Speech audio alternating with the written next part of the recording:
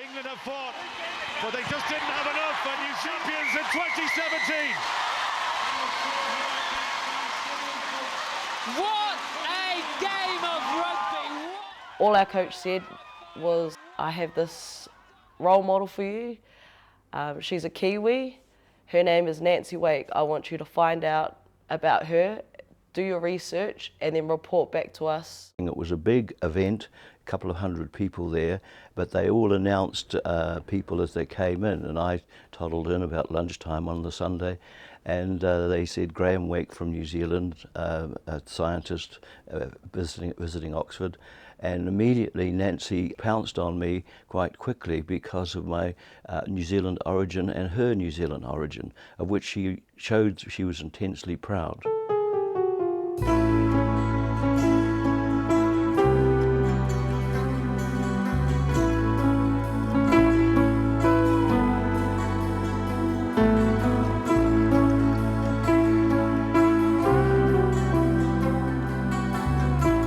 The war on, and I had to do my part, and my family and my friends, and I got mixed up in the war. So I got away with it. I got away with murder.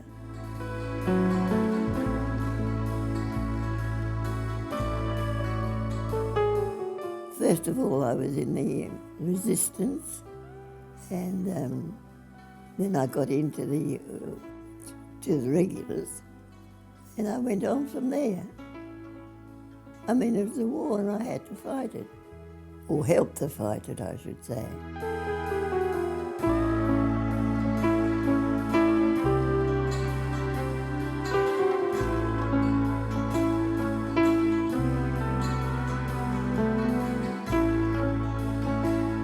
So we went away and we, done our research as a group, and then it was just like everybody went on Google, and it was like all of a sudden everyone was just exploded, Everyone was talking about like, oh, I didn't know she had done this, and she had just done some awesome things, and everyone was just buzzing about it.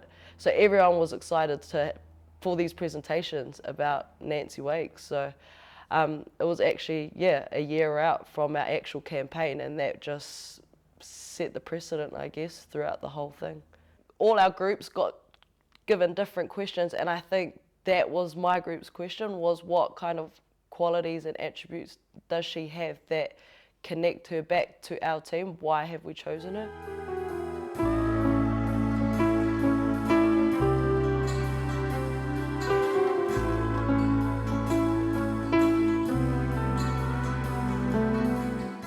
I speculated on my connections with Nancy because of my strong interest in genealogy.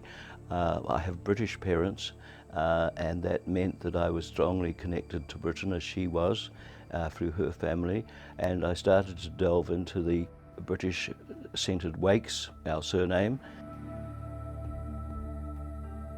I always wondered, gosh, here's a Wake with black hair. We all have my coloured hair, fair, and that I think could have come from her great-great-grandmother.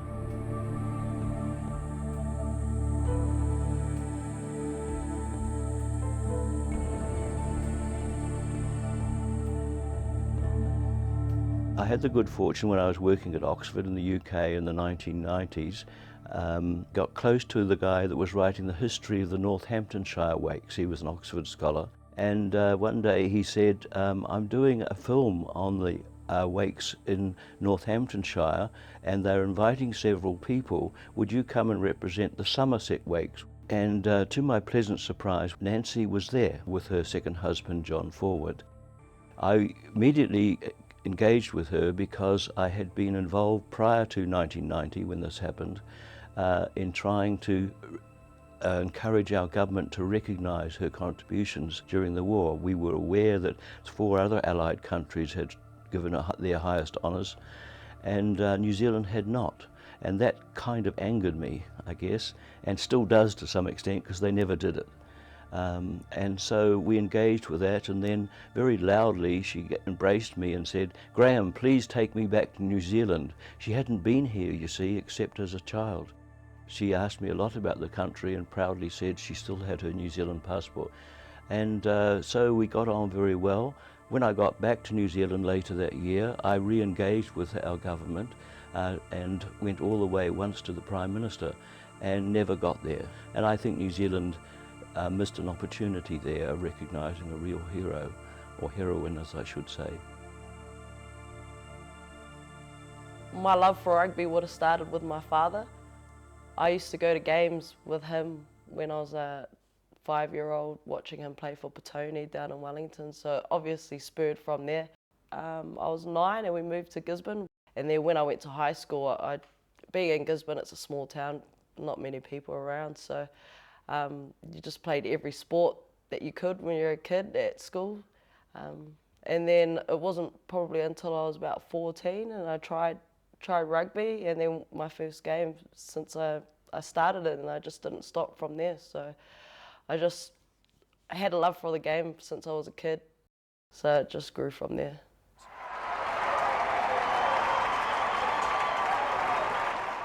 Saw the Black Ferns on TV, and I saw them win the World Cup in England, and I just thought I just wanted to be a Black Fern, and I would have only been maybe 16, 17, and just from there I thought, how am I going to get there? I had to play the best to be the best, so back then most of the Black Ferns came from Auckland, so that's where I thought I need to get to Auckland to play rugby in Auckland, and then I'd see where it goes from there. So I moved up and I just started there. I started from a 2nd division team.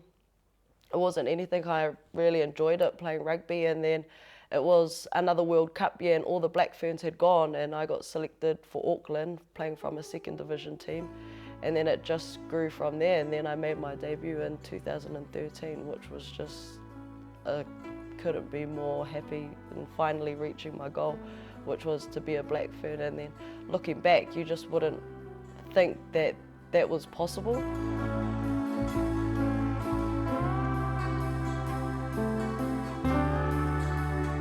So that was a dream from when I was 16. I just wanted to be a Black Fern, and my mum actually said when I did make it, she goes, oh, I found this, this book that you wrote in, you wrote your goals, and one of them was to be a Black Fern before I was 25. So, that, looking back on that, that's just, I just couldn't believe it had actually come true.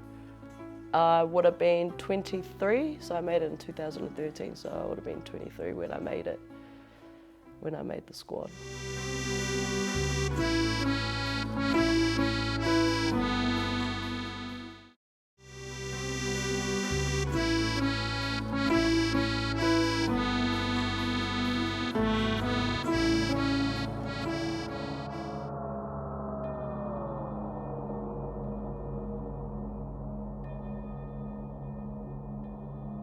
And of course the Germans did some things that we didn't like, and we had to sort of take our revenge. When she saw the atrocities happening in front of her in the streets by Nazi soldiers, she was just horrified, and obviously would have had many sleepless nights about what she saw and the indignity that they were inflicting on citizens of the countries they occupied. In particular the Jews, of course, and that just fired her. They were beasts. Beasts.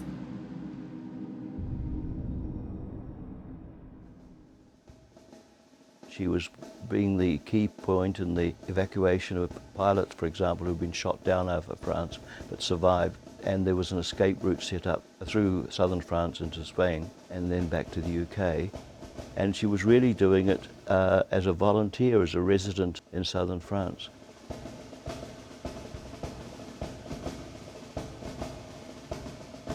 And when we got them over and then get to the embassy, and that was a big job. I was a bit deceptive as far as the Germans are concerned. If I met a German and I'd say, oh, you're a German, are you? And he'd say yes. I said, oh no, and he'd look at me and think, well, she's a good-looking broad.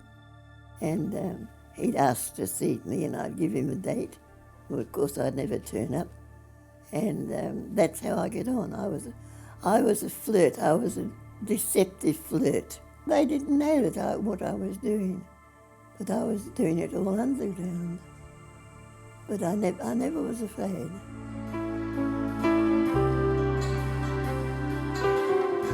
So within the Black Ferns, I'm a flanker. I wouldn't put it down to a specific number because I've played in the black jersey. I've played 6, 7 and 8. So I'd say I'm a utility, which is a good and a bad thing. Has its pros and cons, but nevertheless you're there to do a job in the team, so that's all that matters at the end of the day.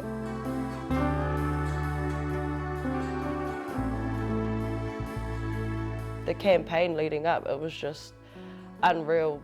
Everybody just gave everything that they could every day to be a part of that team, or that selected, chosen few to go over. It was just something unreal to be a part of.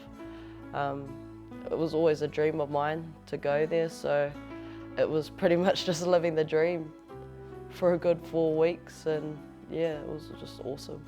She was doing it because she was passionate about the cause of helping the British pilots from stopping them being captured, and she built up a network, and they were obviously very successful. That activity obviously came to the attention of the occupying forces. They started to get to the bottom of what was going on. The Gestapo called her the White Mouse. It was a code name, of course.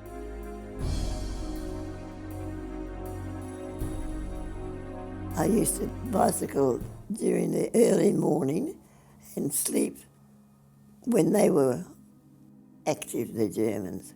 They'd arrested a lot of girls who were all, they're all dressed up beautifully and, you know, lovely things. I wasn't like that.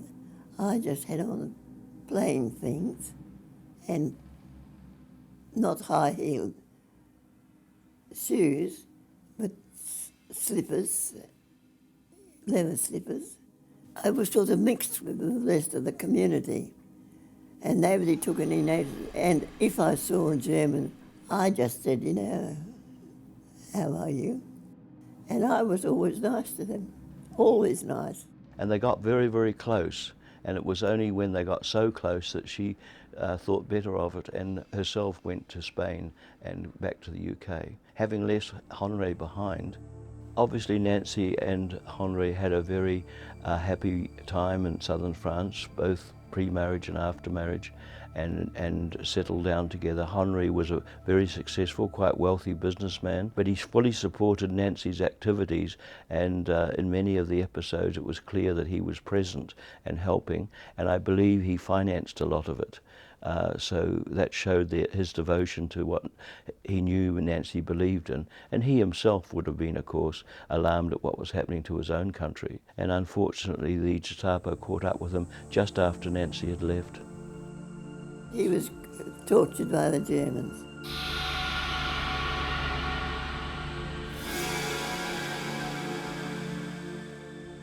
His family were Catholics, and they didn't like me because I was a Protestant, but Henri didn't mind at all. He was, and he was such a good-looking man, and very rich and very generous too.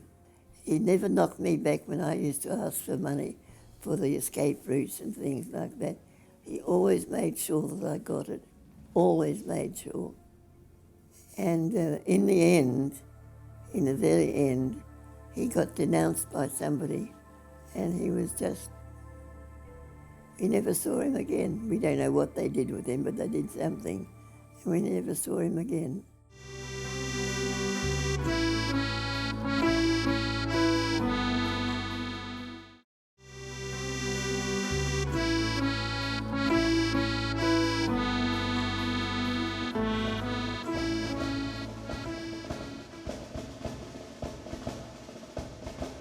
Then she, of course, got the training of the British SOE and was parachuted back. Now, that was an amazing decision to do that. The British would have recognised that she had the ability to do what she subsequently did.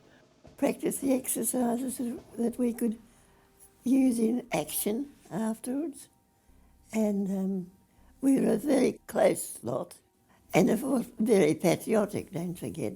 very patriotic, but still with a lovely sense of humour, with a sense of fun. She just did it, and it was expected, and she knew that she was going to go back to France, and for the first time ever, parachute out of a plane. And, you know, they made a joke about it. We had to push her through the hole. Off she went. To help organise the Marquis, which she did with enormous ability. And there she was, more or less commanding many, many hundreds of men, and they had great respect for her, and there was no difficulty at all in getting behind Nancy. And we must just see that she had great leadership and ability to organise things. I think she just had enormous courage and never flinched at it. She was just single-minded.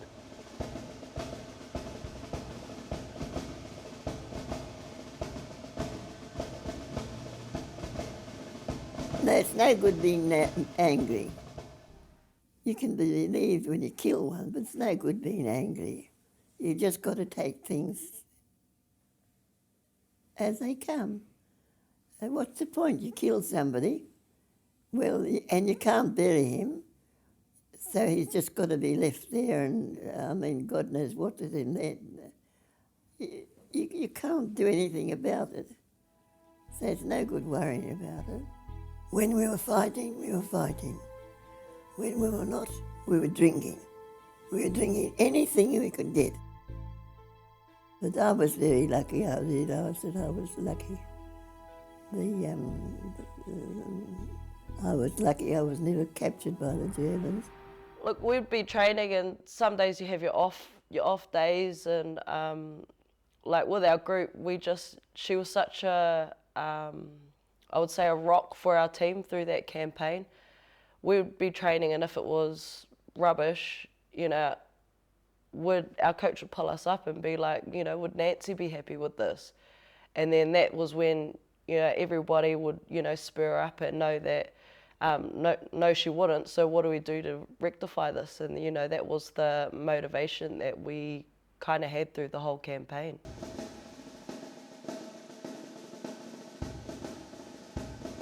The Marquis were causing a lot of trouble to the Germans, and more troops had to be diverted to southern France to try and address their activities.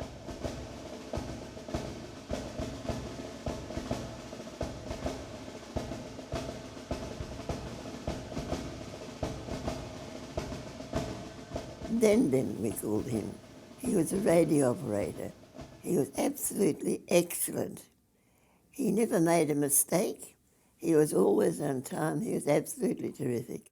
And one of the raids on the Marquis fortresses in the forest there, the radio was lost and destroyed. And then, of course, their contact with London was lost. By then, the British were flying in lots of supplies and ammunition that were needed for the resistance movement. But after the radio was lost, what could they do? They had access to other networks in southern France who could help them, but they were hundreds of miles away, and they couldn't travel. There were checkpoints all over the place established by the Germans, and they knew that you know, military-aged men would not get through. So Nancy put her hand up. She said, "I'll go." But I think, in retrospect, that was really one of the bravest things well, not brave, but funny things I ever did during the war. I bicycled over 250 miles, non-stop. She went through many checkpoints and just got through because she looked like just a local housewife going about her daily work, and obviously pretended, acted that way. She used to joke that she flirted with the soldiers, and they let her through. I knew how to inspire a man, and you wouldn't believe it now, but I was good looking in those days. And I arrived back, and the troops are there to greet me, and all I could do was to sit down and cry. Sit down and cry, that's all I could do, and I thought, well, thank God. On my birthday, they gave me, my own unit gave me a birthday party, and I've got the photo of me on the steps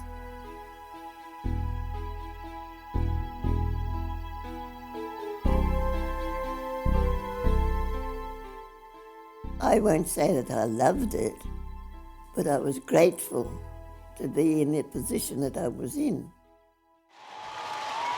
Well, it does not get any bigger than this, the World Cup final. That's what they're playing for. It's 1 and 2 in the world rankings. It's New Zealand against England.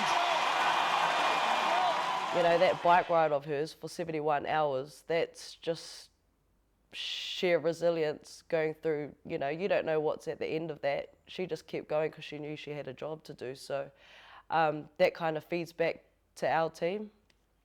We had something that we had a goal and we wanted to achieve that goal.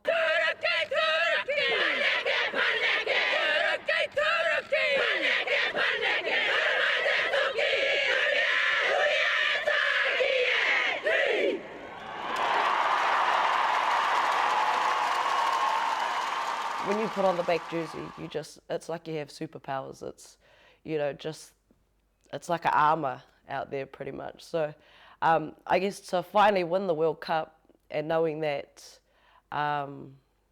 you know, we're up against the world just like Nancy. New Zealand are World Cup champions in 2017. What a game of rugby! What a World Cup final! What a dominant performance from that New Zealand pack in the second half. We done the job, and just the feeling of being a Kiwi, I guess, when you win, it's just so overwhelming. Like, you just feel so proud that you've done it for your country, your family, the people beside you that have played the game, you know, and it's just it's something that's just unreal. New Zealand, world champions for 2017. New Zealand! When it came to naming the cup, the Men's World Cup has a name, his name's Watermoo, so they wanted to give our cup a name. We weren't going to call it anything else, it was Nancy straight away, so as soon as we got her, it just automatically became Nancy, because that was our drive through the whole campaign was Nancy. So when we were down and out, we just thought about, you know, what would she do at a time like this? Would she be happy? And it just seemed only right that cup would be called Nancy. And here she is. A te aroha e karanga e te iwi e Kua ke mai nei, kua ke mai nei, ki runga te marae e.